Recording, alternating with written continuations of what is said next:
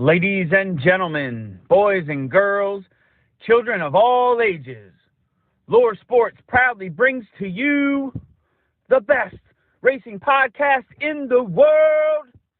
Now, here's your host, Lauren Leach, the color guy, Mark Allen, the Loose Lugs Racing Podcast. Hey everyone, and Happy New Year here. Mark, good to see you back on here. Glad to get back into the swing of things. Episode 190. How are you doing, buddy? What's your name again, man? It's been a long time. You're Lauren and I'm Mark. All right, so we got that. So if anybody forgot who our names are, but hey, we're still around, man. We're still around. And of course, we got to mention the Loose Lugs Racing Podcast presented by the Corp Racing and Valley Gasket. Thank you, Tim, Ben, and Carrie, for all that you do for us and the whole community that you do it for. Unbelievable what you guys do. So thank you so much. Yep. Thank you very much. Hey, man, I want to start this thing out by going over some people that we lost since we were on here last. Sorry if I'm forgetting anyone. There was quite a few here, but we'll start with Susie Kluka, Ed Kluka's widow. We also lost Mike Clancy, Wayne Rolfers, Front Row Motorsports Performance Director Johnny Roten, Legacy Motor Club's Rick Otis Hodges, Dennis Hamlin, and I may be at a loss of who else we lost here, but it's always, I feel like throughout the year we said there was a lot, but when you're off of this thing for a lot, they start to pile up too, and just thinking of everyone that's gone through some hard times here recently. Absolutely, yeah. The racing fraternity has really taken a shot this year. It's been a tough off season, man. You know, Michael Annette, that was a weird one there, and then everybody knew about the Greg Biffle deal, and that was totally sad. And yeah, you mentioned Dennis Hamlin, and boy, I tell you what, it's been tough, man. It's been a tough off season. Yeah, I was gonna bring up Greg Biffle separately here, so I'm glad you did. Greg and his wife and Ryder and Emma. Sad deal there. You know, he's going to be remembered for a lot of things he did on track because that was a big part of his life. But the things that he did off the track, specifically with those storms down in North Carolina, man, what a loss for that whole state and community. You know, they say, do it for Dale and be like Greg, right? That's I've heard that phrase. Mm-hmm. That's been on the off season. And hey, that's some good advice right there. Hey, man, yesterday, our good friend Brian Luther wanted to do a donation over at the Humane Society down here at Neenah. And so he picked me up and we went on over there and donated some food and some kitty litter and stuff like that. All in honor for the Biffle family. You know, they were really big into that stuff. So yeah, we did a donation on behalf of the Biffle family, man. Pretty cool. Yeah, that was pretty cool that Brian did that in honor of Greg and Christina and Ryder and Emma. They were heavily involved in the Humane Society, which should surprise no one. I mean, he was just involved in so many humanitarian things. Yeah, it's a tough one. And that phrase that you said, do it for Dale and live like Greg, that came from Greg's good friend Cletus McFarland there. That's a tough loss for Cletus as well. They were planning some big things and they got really close over the last year or two. So that one's that's another tough one there. Yeah, you told me, you know, you called and you said, well, we were talking, you said, well, found out what happened down in Statesville, right? And I'm thinking, oh boy, what a Statesville. I think they have a big prison down there, you know, and thought, oh, what a breakout or whatever like that. And then you told me what it was and just like, yeah, it ain't the first time that we've lost somebody in a plane crash. It's, you know, or aviation accident, you know, it's always a chance that you take. But hey, we all take chances too, you know. And we drove down to Pensacola, man. And you take that risk. You never know, you know. Believe in your faith and live your life, man. And hopefully everything turns out okay. Yeah, you and I both say live for today, and that's one thing we can say about the Biffle family is they certainly did live for today and did so many great things and enjoyed life, but unfortunately was cut short there, like some of the others we mentioned as well. But Yep. as we move on here, like those people would want us to, we also got to give congratulations to the Blaney family. Ryan and Gianna had their son, Charlie Bennett. So a really cool moment for the Blaney family over this offseason. All right. Yep. There's some good news on the other side there, man. Mm-hmm. All right. So kind of to recap after that, we're going to talk a lot of news, some short track events here. Next week, we're going to have Brady Vanderloop on, who was the 2025 Fox River Racing Club champion. We also got the Fox River Racing Club banquet coming up this weekend, so that's going to be a great event on Saturday. So happy to MC that again this year. Matt Pannier is going to join me as well, so that's exciting here. But let's go over a bunch of news here. And one of the first things I want to talk about is Marty DeMello, owner of MDM Promotions, announced the acquisition of the ASA Stars National Tour, ASA Midwest Tour, CRA Super Series, CRA All-Stars Tour, and Track TV from Track Enterprises. The acquisition represents a major organizational milestone within the asphalt short track industry and ensures continued operation stability, strategic growth, and long-term stewardship of these nationally recognized motorsports properties. And this is from a news release that was put out there.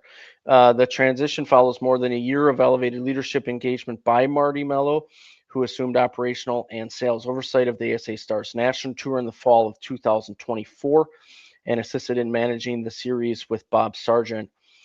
In this capacity, Mello established the Platinum Program, which brought in 15 full-time teams at the beginning of 2025. He additionally secured multiple high-profile corporate partnerships, broadening the series' commercial portfolio and contributing to a stronger, more sustainable foundation for teams, partner tracks, and the broader ASA racing platform. He's quoted here saying that he is honored to assume responsibility for these historic series and the Track TV platform. The timing was right, and he can't thank his wife Misty Mello and those close enough to him for the support and believing in him. Bob has given him a great opportunity, said Marty. So just some huge news here, something that I hadn't heard was even a possibility. You know, Track Enterprises started this thing a few years ago, kind of managed the Midwest Tour from Greg McCarnes and all that. So a little bit of surprising news here, but sounds like he was heavily involved in some really good things with that Platinum Program and other things on the platform here. So under new leadership, I don't expect fans or us to see much change, but some interesting news there coming out. They'll probably actually make it stronger, man. You know, that's something that's going on behind the scenes. So, hey, man, cool, man. If he gets himself surrounded with some really good people around him, man, that's a lot to take care of. all them series there. So, good luck to him, man. And we're all praying that will work. Mm-hmm. I'm also going to mention outgoing owner Bob Sargent will remain as an advisor and continue promoting several 2026 ASA Stars events. He expressed full confidence in the transition with Marty. So again, Bob's still going to be involved. He's involved in a lot of things, but he's going to take a step back from this and kind of continue what Track Enterprises did prior to this and focus on that a little bit more. So, yeah, so be on the lookout for some changes and all that. Again, I don't expect it to be huge, major changes, just more things in the right direction here. You know what? I was just down in Pensacola down there, and there's Bob Sargent on his golf cart, you know, and all of a sudden I point right at him. Hey, Bob, you know, hey, good to see you, you know, and we see enough for each other that we gotta know each other a little bit from a distance. But you know, last year at the Slinger Nationals, when the race was over and we walked outside the gate, he stood right in the middle of the exit, and just, you know, and as the fans were just in a buzz, you know, how good of an event that was. It's always nice to go out in the parking lot and you can hear what the fans are saying, like, that was a good event, you know. And, you know, Bob was right there, you know, and just kind of soaking it in to see what the fans are all saying. And I can see the pleasure in his face of how well that went over. So, yes, he's just as much a fan as everybody else, man. We see him at the racetrack all the time. So yeah, hopefully he's still there. That's cool, he's still there for some advice. So they're all in good hands, man. No doubt. Yep, absolutely. Also, another cool thing here, Larry Schuler was presented the Ken Schrader Real Racer of the Year award, which is sponsored by Speedway Illustrated magazine, and that was handed out at the PRA show back in December. The January 2026 issue of the magazine contains 2 stories of Larry's incredible racing career. So if that hasn't gone out yet, should be going out here in a little bit. So a cool story about actually 2 stories about Larry Schuler in there. He still lives in Illinois, and he'd come up here and run weekly on Thursday nights back in the day. He had a number 30 Chevy Camaro, just the most awesome race car that you'd ever want to see. And you know what? The dude still turns laps down at Grundy weekly down there. So, man, he's still giving her, and that's pretty cool. He deserves that. That was one of my highlights of last year was going to Grundy, or 2 years ago, excuse me, going to Grundy and seeing Larry still racing and had that 30 super late model, and that track put on some good racing. So that was one of my highlights, is seeing Larry still getting around that track down there. Absolutely. That was a fun one. Chip Ganassi Racing has signed Cam Becker, who is 11 years old, 11, Mark, to a driver development deal. Becker is the youngest ever champion of the Lucas Oil Formula Car Race Series. So an up-and-coming 11-year-old. Man. Got to have talent to do that, man. So looking at his future, holy smokes. That's what they've been doing, man, getting them younger as they can get them. No doubt. John Force announced that he is retiring from racing. So he had that bad accident. What was that, last year, 2 years ago? And that took a toll. And he is stepping back from racing there. But he'll still be involved in racing. But an absolute legend. Man, I don't know what else to say. His daughters have actually backed off too, ain't it? Their schedule isn't as heavy. Yeah, I mean, family, they're having children, so yeah, they've backed off a little bit too. Speaking of the ARCA Menard Series now, Jade Avedizian is going to race for Nitro Motorsports in the ARCA Menard Series this upcoming year. So an up-and-coming female talent here. We've seen her race with Venturini a little bit, so that became Nitro, remember. So she's going to stick with that team there, that rebranded, but also with Donnie Wilson Motorsports. So she is a great talent there. So going to race for Nitro this upcoming year in the ARCA Series.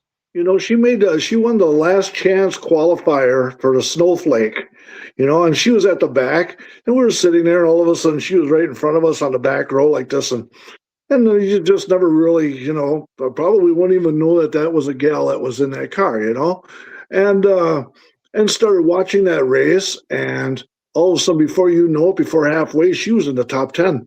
All of a sudden, she was just like, who is that, and all of a sudden, boy, all of a sudden, I'd have paid attention to that real fast. She ended up with an incident and didn't finish the race, man, but that was the most amazing car I saw for the Snowflake that night. So, yeah, pay attention to that gal, man. She sounds like a good one. That was one of the incidents over in turn 4 that happened that she got caught up in, wasn't it?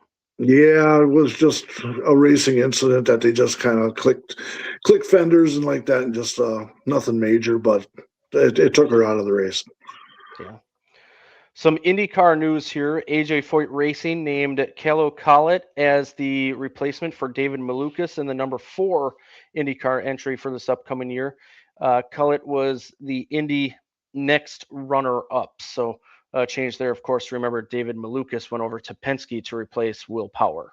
He almost won the Indy 500, or at least was up there, man. And so, yeah, the dude's got some speed. So, yeah, little change over there. Yeah, and up and coming younger talent here too, so that'll be cool to see Kyle get his debut there with AJ Foyt Racing. Gamebridge is going to return as a presenting sponsor of the Indy 500 with a multi-year extension there at Indianapolis Motor Speedway. So Gamebridge, huge down in Indy, huge in all sports really, but motorsports they're definitely putting some money into. So cool that they're coming back for the Indy 500, the 110th running of the Indy 500 this year. Yes, sir. So yeah, that name has been getting more popular as we go along. RLL confirms its 2026 lineup will be Graham Rahal, Louis Foster, and Mick Schumacher. Schumacher will be number 47, and that is massive news that Schumacher is going to IndyCar there. I am really looking forward to seeing how Mick can do. Of course, the son of Michael Schumacher, multi-time Formula One champion. Absolutely. So, yep, good news out of the IndyCar. There's going to be a lot of Rolex 24 news coming out here too, but here's one piece that caught my mind over the last few weeks is Connor Zilic, AJ Allmendinger are Cup drivers that will be in the race. IndyCar drivers that have been announced as Alex Blow, Scott Dixon, Nolan Siegel, Christian Rasmussen, Will Power, Kyle Kirkwood, Marcus Ericsson, Callum Eilert, Kiffin Simpson, and Colton Herta and James Hinchcliffe there. So a lot of really good talent in sports car racings already have really good talent without adding these drivers to it. Only gonna make it better, man. Can't wait for it. You and I kind of look at that. It's one of the first races, that we actually pay attention to to start the season off. Yeah. You and I have talked about it a long time. Like the Chili Bowl is kind of really the start for us, but it's more for whatever reason. Nothing against the Chili Bowl. We love the Chili Bowl. We love watching it. But it's something about getting to the Rolex 24 and kind of Speed Fest at the same time there down in Georgia that really is like, okay, we're at the end of January. We're getting into the start of race season. My wife loves it when I'm watching racing. At breakfast time, she goes, "What's going on racing?" I go, "This is from yesterday." Every year I got to explain to her that it's a 24-hour enduro race. So yeah, we definitely pay attention to that. It's a fun one. We say this every year too. It's on our bucket list. So at some point we need to get down there for it. Take a sleeping bag and let's go. Let's go. Yeah. Someday, just like the Indy 500, someday. Okay. Some truck series news now. McAnally Higgleman officially announced that Tyler Ankrum will return to the 18 truck next season. Also, Christian Eckes will drive the number 91 truck there. Dave Ellens is going to be Christian Eckes's crew chief, which I think is going to be a team to watch out. Dave Ellens is a heck of a crew chief. Christian Eckes coming back down to the truck series. That could be very interesting as well. So some big time news out of McAnally Higgleman. Also, I think we reported this already. If we didn't, Daniel Hemrick is also returning to the team. Okay, so yeah, that's a powerhouse team right there. That's going to be battling there in the truck series. Mm-hmm. Colleague announced that one of its trucks will be a free agent truck. It'll be the number 25. It'll train drivers each race with the driver to be announced the Monday of each race week. No set number of drivers. Tony Stewart has maybe been rumored as a part of that deal. We'll see what happens there, but kind of an all-star or free agent truck, as Colleague called it, over there for the number 25. I saw Butterbean's vehicle today, the 12 truck, and did you see the number has been moved forward and give it some more room for some advertising? So fans are gonna find out that the number got moved forward, so it's not center of the door anymore. That'll give the fans something to talk about. Yeah, it's a good looking truck though, sponsored by Cummins. It's a good looking truck there for the number 12. Yeah, absolutely. Tyler Reif will be the anchor driver for the Nice number 42 truck next season. Tyler Reif has been an up-and-coming talent and has had a lot of success over in the ARCA West Series. So a young talent, Tyler Reif, getting more of an opportunity with Nice in the number 42. Yep, that was one of the first announcements of the year of the change of the 42. So, yep, good move there. Also, I forgot to mention McAnally Higgleman, the number 81 will go to Chris Wright. So Chris Wright will be the driver in the 81 this upcoming year. Okay, so add that to that team, yep. And the worst secret kept for a while, Caden Honeycutt is going to be in the Tricon number 11 truck. Nothing like falling into the best truck in the series, man. He took that 52 to the finals last year, and boy, I expect the same kind of deal with that 11. There's no reason why that thing can't run like it did last year. That's going to be hard to beat, though, man. I'm shattered every record that there could possibly be, but yeah, that team's still intact. We'll see how Honeycutt can do that. Yeah. Honeycutt, one of the best drivers in the series.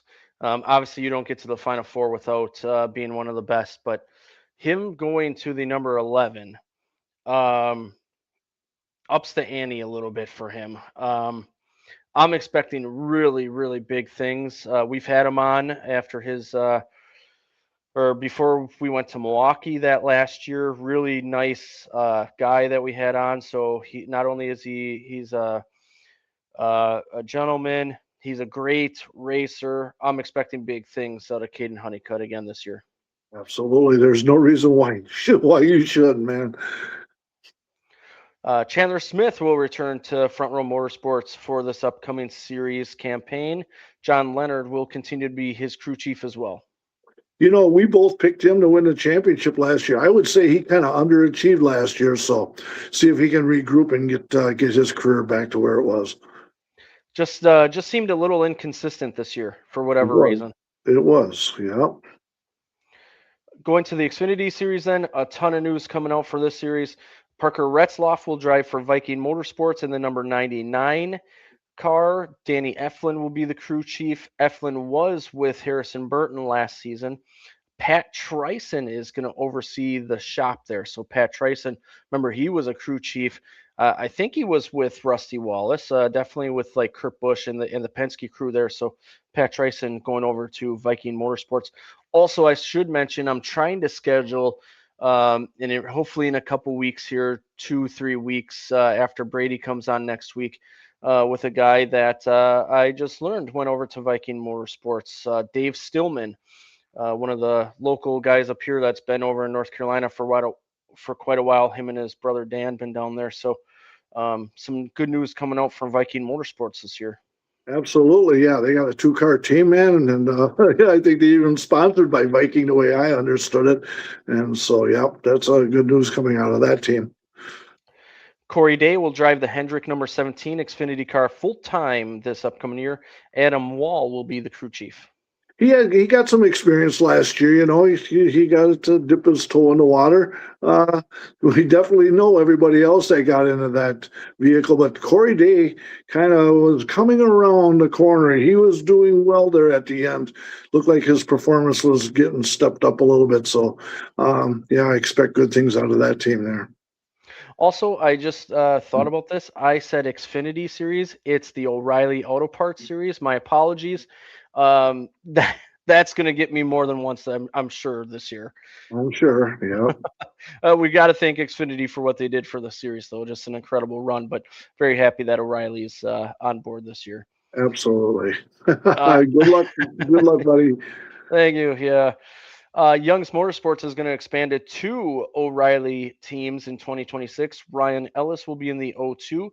The number 42 is still to be determined. So we'll see what happens. Truck program plans still to be determined as well. Tableau will be the anchor sponsor, for Ryan Ellis, 11 races a year with Sweetwater Construction, Dimco Products among multi-race sponsors there. So some news for Young's Motorsports and still some more to come for them later on. And that's affiliated with Bobby Dotter. And so they had him on LTN last week. And, with the 92 he's going to be with Josh Balicki in the 92. And so that's how they're going to make that work. Isn't that DGM? That's the 92? Yeah, I believe you're right. Yep. So that would be DGM Racing that you're talking about. I thought that was tied in with the O2, but yep, I'm mistaken. First check there for the year, so trying to catch up here. Hey, I had a mistake. We're all right.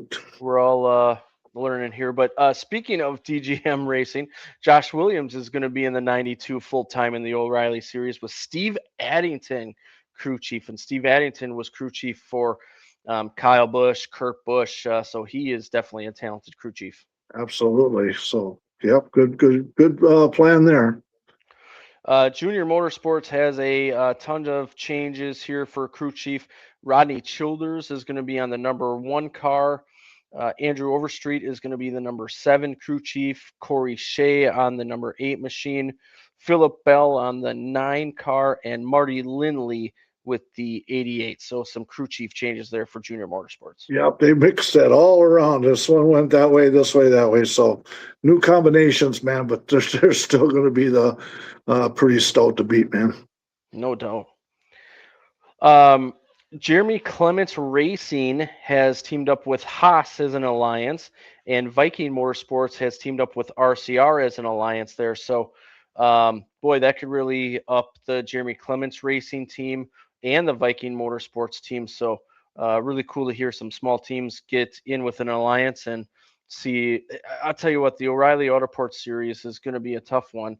And with these alliances, we'll see if that elevates some of the smaller teams that have aligned with some bigger teams. Well, you actually would think so, man. You know, it helps some little teams perform a lot better. Plus, you know, them little teams can actually try something, you know, that the bigger teams can maybe fall back on. So it's a win-win situation there. Speaking of RCR, Carson Brown joins RCR as the driver development program there. So Carson Brown, unfortunately at the Snowball Derby, he kind of backed into the wall after the yellow was out there, had a rough run, but had some good news come out just before that, thankfully. He's been performing well, man. So, yep, he's stepping up through his career here. Mm-hmm. Jeb Burton is back in the number 27, which will be year 4 with the team. Blaine Perkins is also back, and they also have an alliance with RCR. Yeah, RCR has been doing a little bit of that. So, yep, that's what's going on there. That news has been out for a little bit there. Brennan Poole returns to Alpha Prime Racing for this upcoming O'Reilly Series season. It'll be his 3rd consecutive year with the team. Also, AM Racing has been sold to SPS Racing, which had been racing in the ARCA and in late models. And I must have made this note before this happened. This just caught my eye as you were speaking on the last bit of news. Greg Biffle, believe it or not, is among those who drove for the team in the past. That is certainly a note that came out before, so that's kind of got my mind in a pretzel here. The team will run Fords in the O'Reilly and ARCA series. The lineup is still to be announced there, but sorry, the note caught me off guard there. Okay. All right, carry on. Toyota development driver Brent Cruz will pilot the number 19 Toyota GR Supra in the O'Reilly Auto Parts Series for 29 races in 2026. Seth Chavka, who was the crew chief of the 19 last year, will crew chief for Cruz. Unfortunately, Cruz will miss Daytona, Atlanta, Vegas, and Darlington before turning 18 on March 30th.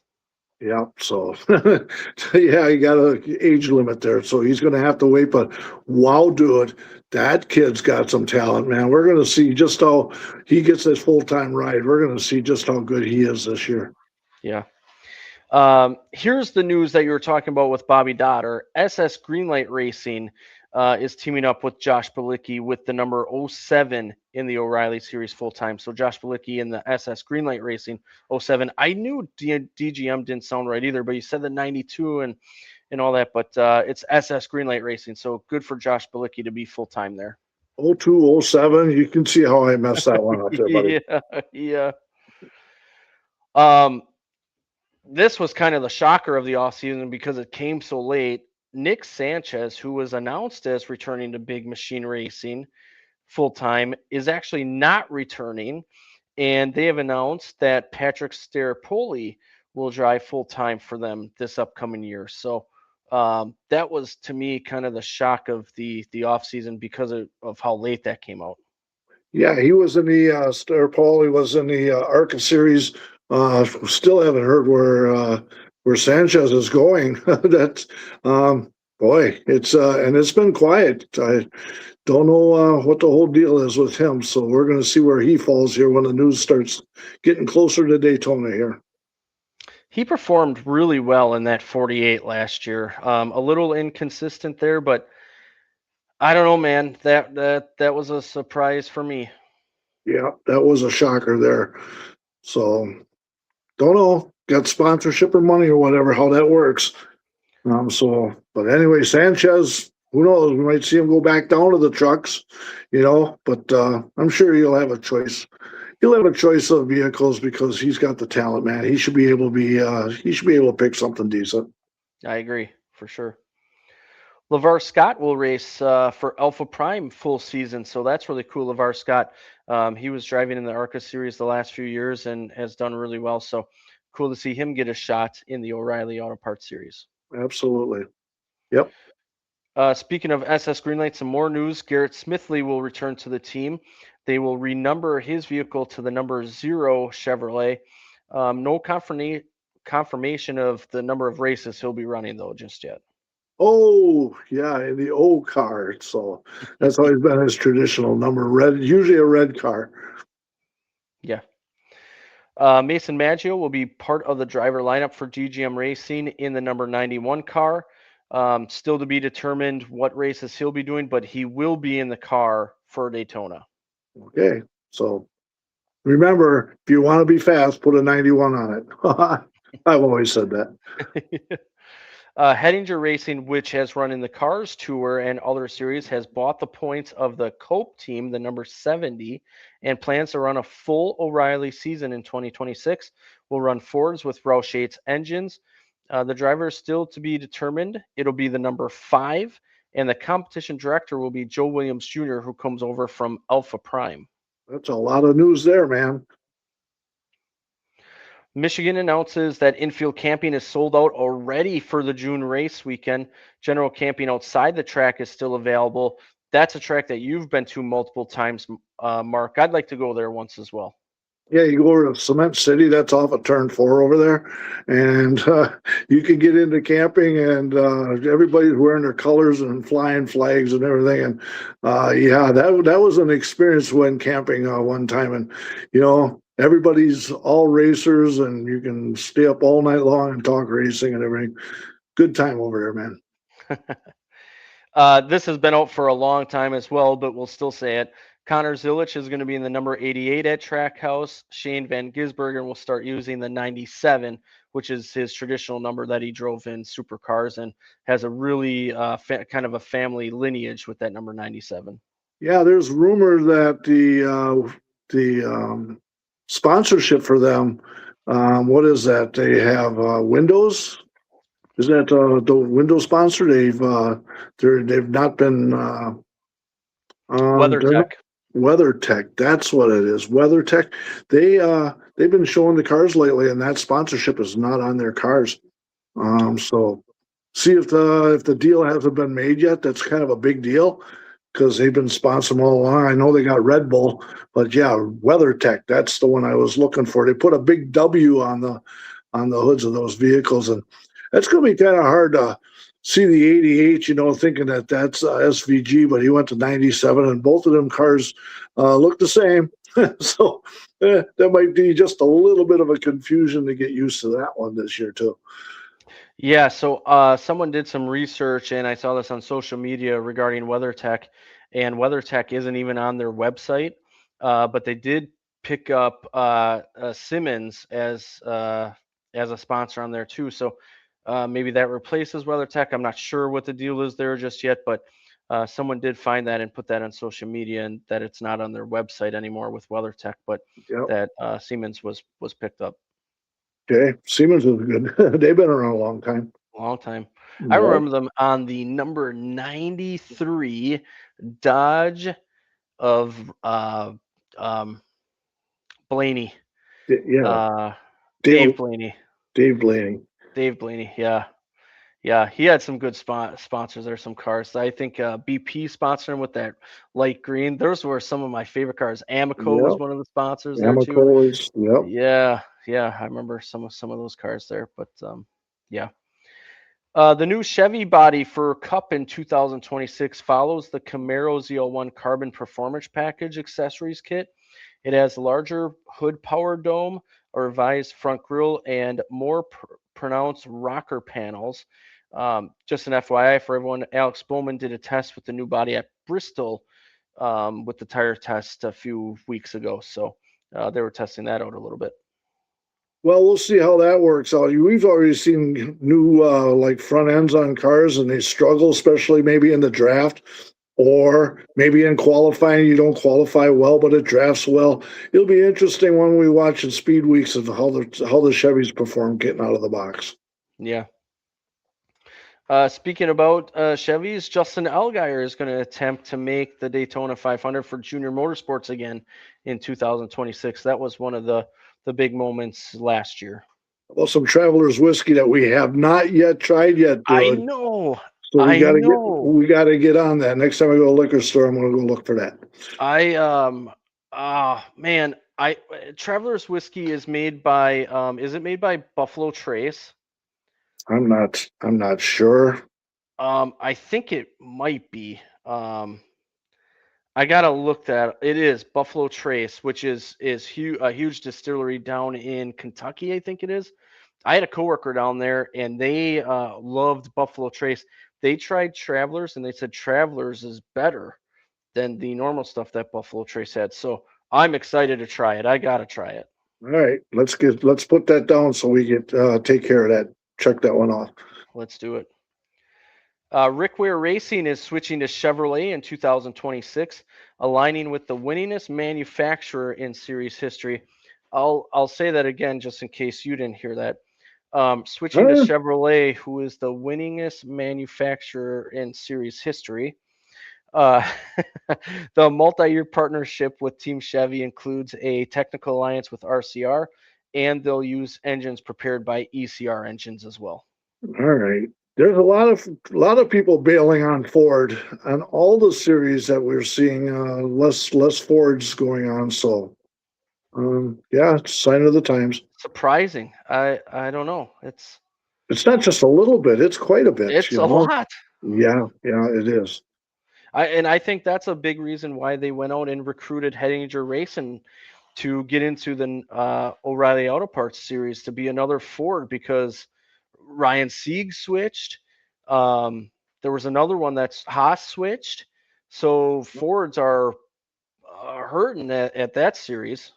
I don't know. Aren't they getting the backing from Ford, and they're finding somewhere else to go? So, but these alliances all work and everything like that. So, but yeah, there's not as many Fords as what we normally do. But hey, we'll still see the ones that are still standing will still be relevant. So, stand by. All right. Brad Keselowski broke his leg in a skiing accident, had to have surgery for it. Doctors do expect him back by Daytona here, but very unfortunate for Brad Keselowski. Yeah, I'd seen him gimping on a walker in a hospital, man. But he drove with a broken ankle a long time ago, and so yeah, hoping that he gets healed up. He gets healed up in time for Speed Weeks. Mm-hmm. The Drivers Advisory Council Board, which features current drivers William Byron, Chase Briscoe, Joey Logano, Michael McDowell, former drivers Kurt Busch, Kyle Petty, and former Growth Energy Chief Executive Officer Tim Bees. Jeff Burton will also remain as advisor with new Executive Director Chip Weil. Remember, Chip Weil was with Daytona and NASCAR for quite a while. In fact, he was one that came up to Milwaukee Mile for NASCAR that we got to talk to when they brought back the Milwaukee Mile with the Truck Series. So Chip kind of resigned or moved on from his role last year, but he quickly is now the executive director, for the Drivers Advisory Council. A lot of that is over the safety part of it. That's the big piece of pie that they're going to be working on, that whole group. Eric Jones has a new crew chief for this upcoming year. It'll be Experience Cup crew chief Justin Alexander. Ben Bayshore moves to a director of race engineering role. Justin Alexander has won some big races with RCR and Austin Dillon. Austin Dillon, he's got a Daytona 500, he's got a Charlotte 600, and probably going to be rather good at Richmond. So that's a good pickup there, and we'll see how that goes. The next two items are also shocking. I said that it was maybe the most shocking news that I heard earlier in the show, but these two were up there as well. Rockingham, the oval track part of it, has been sold to the IHRA. So that's the International Hot Rod Association. They do a lot of drag racing and other things with hot rods and cars. So they have bought in Rockingham. Yeah, and they've got the trucks and Xfinity going there, and so yeah, keep enhancing the racetrack. It's nice to see them bringing back them old racetracks like Rockingham and Wilkesboro and stuff like that. So, all right, yeah, that was in the news. But the biggest part of it is they went away for a reason, and in Rockingham's case, it went away for a few times. So fan support will be the most crucial at those tracks. So they went away for a reason. You have to support it. And that's a late model stock series. It's something like the Cars, the Cars series.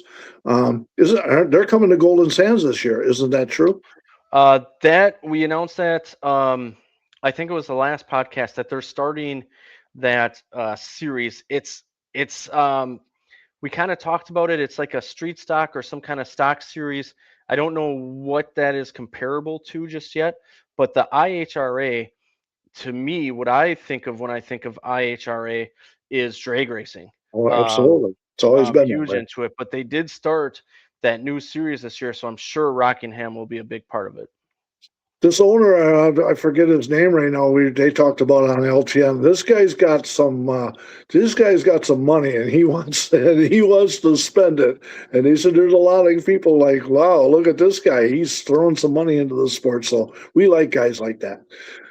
Yeah, it's Daryl Cattell. There you go. That's the who's guy. owner of Yes, it. sir. And yeah, he is going to be putting a lot of money into this whole deal. So yeah, absolutely. Good. Uh, Another shocker that just came down a few days ago.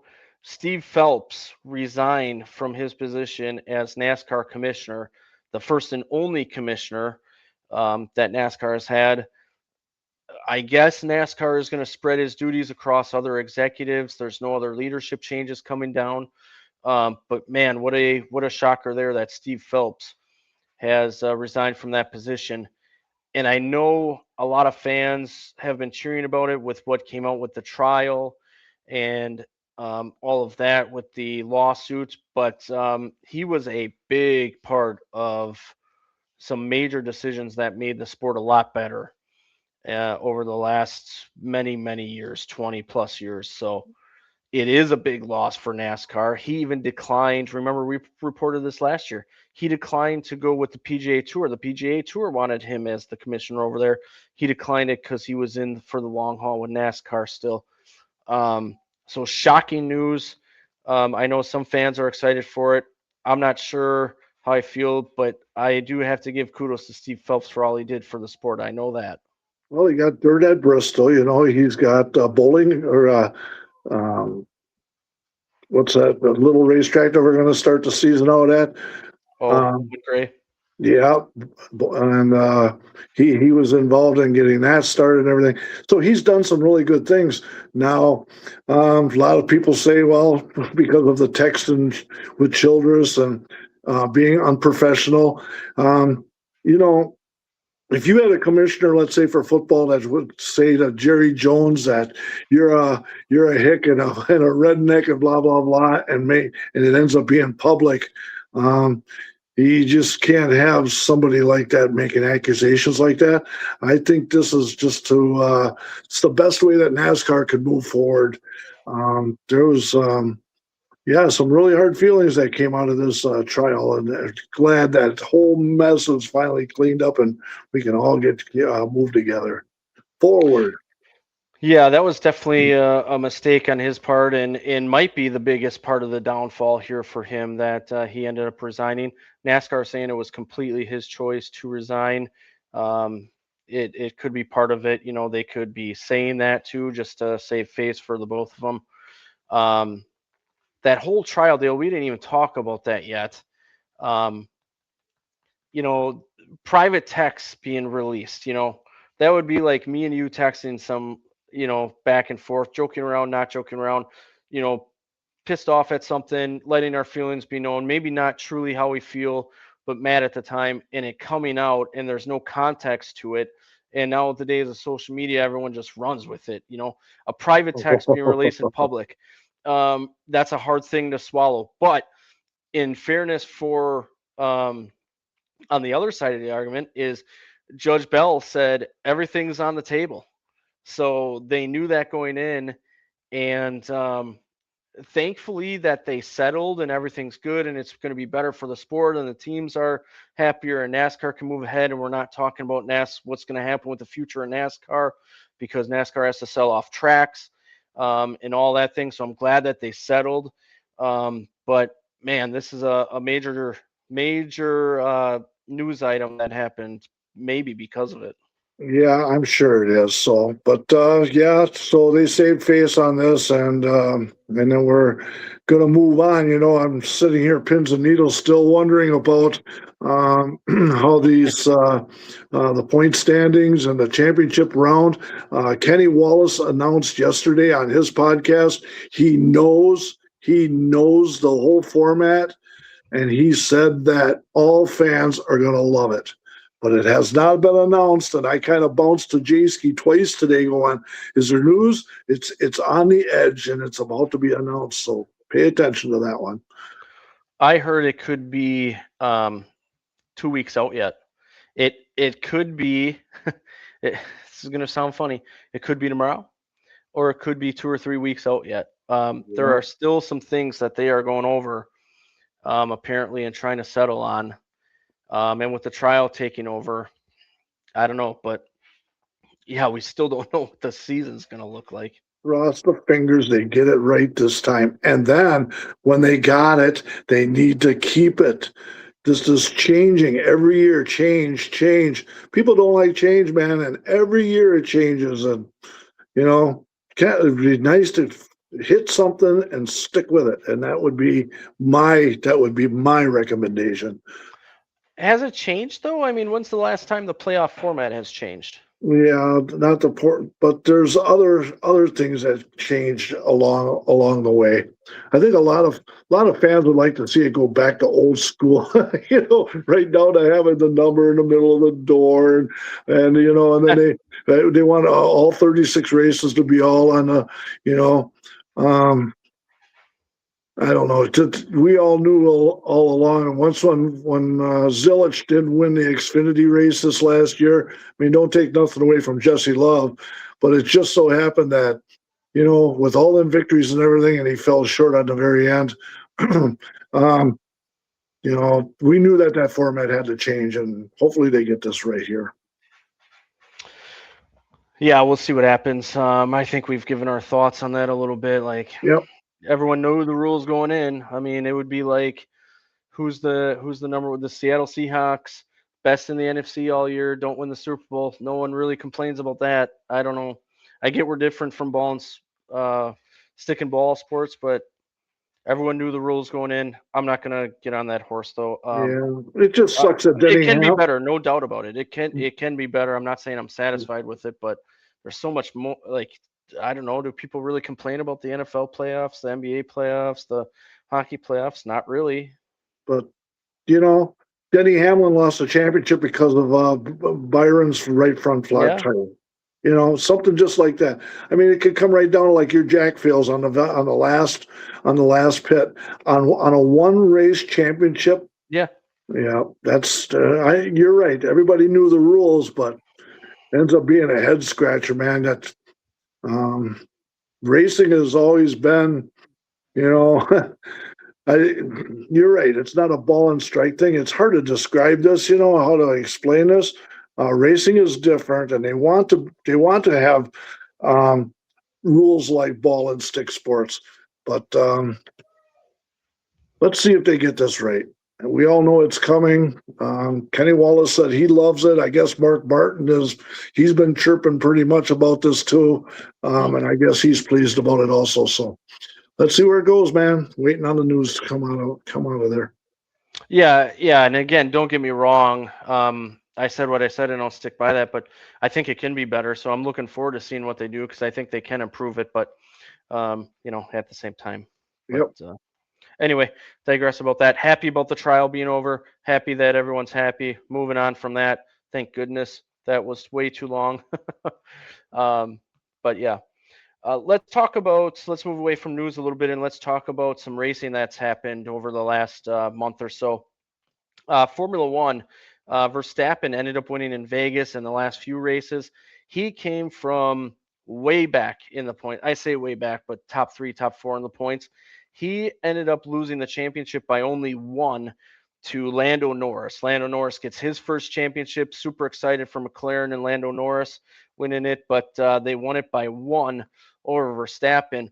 And one of the big moments of the Formula One season was, I think it was Kimi Antonelli had a problem on the last lap of the second to last race and allowed Lando Norris to get by. And that ended up being what won Lando Norris the championship there. So kudos to McLaren and Lando Norris for winning the Formula One championship this year. Yep, just little things like that can matter the whole thing for a whole championship. Just the little things. Yep. Some short track racing that happened. Matt Hirschman won the modified North-South shootout at Caraway. That's a huge event for the modified series up there. So congratulations to Matt Hirschman. There was a photo finish in the fall brawl at Hickory. Michael Bumgarner wins over Carson Kvapil.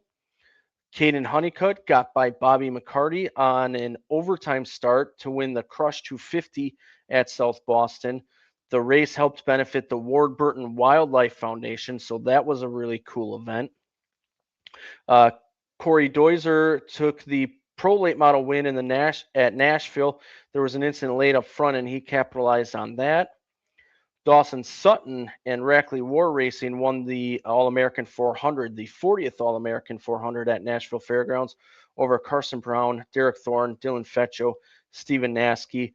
Ty Majeski ended up 6th. Nason was 7th. Summers was 9th. Fredrickson in 10th. And unfortunately, Kraus, Sauter, and Levon had some issues down there.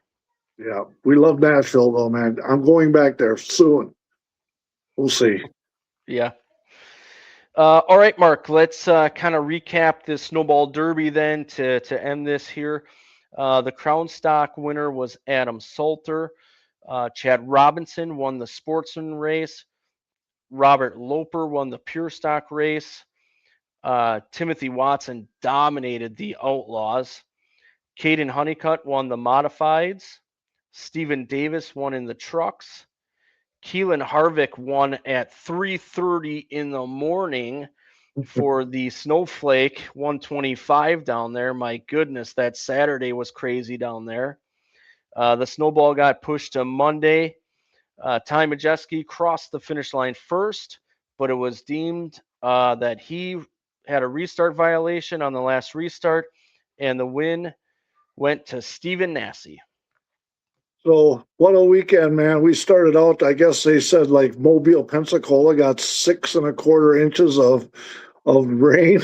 When we got down there, we saw the sunset, and by midnight that night, it started, and it just never stopped. And hey, somehow we got a Saturday window, and I actually got a pit walk in. That was amazing in itself, and we could see the weather that was coming. And yeah, Saturday night, man, we started that race. Well, we started that race at 20 to 2 in the morning and watched Keenan Harvick. I mean, holy smokes. Amazing. The first time I ever seen that kid drive. And, he, on a restart, he even had he had his car in the wrong gear, and he felt like from first to fourth. So, well, that's it for him, man. Heck no, he drove it right back and won that race, man. That was awesome. We got done at, I think it was 3:27. And so we had to book out of there, man, because we were going to come back the next day, and we get up the next morning, and it was pouring again. It was really weird. It was like this 50, 75 mile strip that was just coming out of the Gulf, and it was just good, and it just kept going and going. You know what? We made the best of it. Any chance that we could, we always were watching the Dirt at the Dome down in St. Louis. which looks like that's actually we're going there this year. That is on the Fun Tour. So that'll take that'll take weather out of the situation.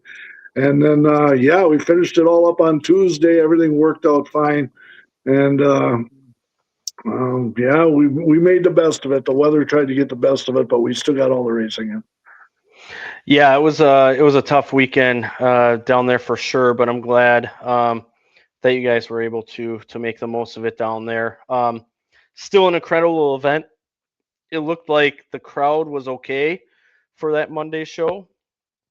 Obviously, would have been better to run that on Sunday. I mean, rain from Wednesday, Thursday, Friday, the majority of Saturday, which is why everything started late. Then Sunday, then the fog rolls in. That ended things. Challenging week down there, but kudos to Tim Bryant, everyone associated with Snowball 5X Speedway, for getting that event in and making it the best they can, because they worked very hard at that. And they were, a lot of workers stayed and helped on Monday and Tuesday. All those events that were supposed to happen Thursday, Friday, and Saturday before the snowflake all got pushed to Monday initially. Well, then they got pushed to Tuesday when the Snowball was moved to Monday. So that was an extra 2 days. Trying to clean things up, make it the best for fans. They deserve an attaboy, attagirl for everything that they did down there. One thing, when we got down there, they said it didn't rain down there for 8 weeks before we got there. So there was a major drought down there, and the fire danger was high down there. And when we got down there, we were getting rain, and everybody was so happy, everybody except us race fans. But we made the best of it. That probably helped a lot. But hey, through the whole time that we were going back and forth to the track and back to the apartment and back and forth, we never got wet. Things just worked out a certain way that it all worked out perfect. No umbrellas needed or nothing like that. It's just we picked and choose our time to go to the track back and forth. Once again, we ended up using the shuttle. We ended up using that a couple times. Worked great. That worked awesome. So that was good. Good crowd on Monday. Still had some elbow room. Got to move around just a little bit and got some elbow room for that one. But there was still a good crowd there. It looked at people hung on and stayed an extra day. But there was some unfortunate people that couldn't, and that was unfortunate for them. But all in all, good show down there. Yeah, unfortunate weather down there. Unfortunate for Ty Majeski, because he dominated the race down there, to have that call go against him. So that was super unfortunate. I know it had a lot of people talking about it, fired up about it. Just super unfortunate kind of ending there, especially for Ty and Toby and all the guys down there, and feel really bad for them. At the same time, congratulations to Stephen Nasse still. He lost one in Tech a few years ago. It was at 2019 maybe, where he lost one in Tech after fighting all day and finishing first. So he gets his first Snowball. Denning kind of was a bummer. I don't know. What else do you want to say about it, Mark? I'm not going to really say too much about this. I tell you what, my phone went nuts, and everybody and I was kind of stunned about the whole deal, what all happened. What this all boils down to, the only thing that I got out of it is it was unfortunate that even though that black flag was displayed, there was no radio call, there was no communication that went to the team that told them that he was black flag. And you know how it is on Five Flags, man. You ain't got a chance to look up and look at the flag, man. Apparently black flag didn't get displayed till 5 laps afterwards, but Ty was never told, or the team was never told about that, and I thought that was unfortunate. Ty was running. I went down to the Room of Doom down there, and he had his car down there, and they shoved it all out of the way, so that they could take the other cars, and Ty was running around with his phone trying to show the officials. I was hoping he was using my video from the restart. But boy, I sure hope he's using Lord Sports. But unfortunate, but it's a ball and strike call, man, and and they said it wasn't reviewable, so you have to live with that. And then on the other side, Ty took the high road and put out this super awesome video of just these snowballs being heated and microwaved and thrown in dryers and run over and everything. So once again, that's why we sure do appreciate Ty with his his humor, and he took the high road on there. And unfortunate, but yeah, congratulations, Stephen Nasse. He was there. He deserved it. Yeah. We love that event. So looking forward to next year's event too. But we got a lot of racing in between now and then. So like I said, what's next for us coming up here? Brady Vanderloop's joining us next week. He's the Fox River Racing Club Wisconsin Sports Trucks champion from this past year.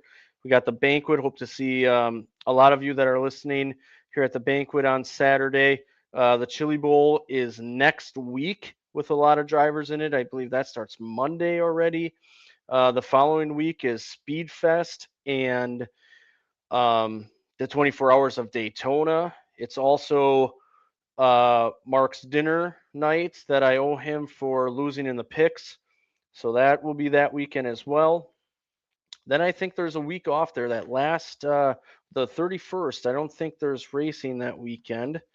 That's really big that we're paying attention to. And then heck, the week after that is already the Clash.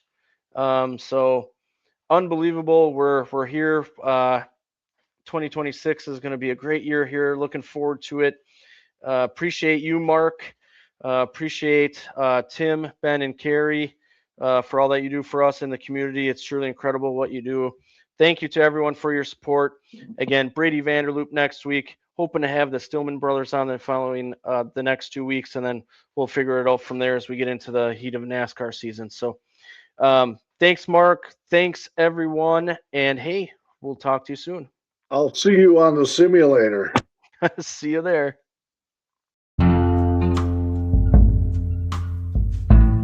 This has been a production of Lore Sports. Hope you all enjoyed it, and thank you for listening.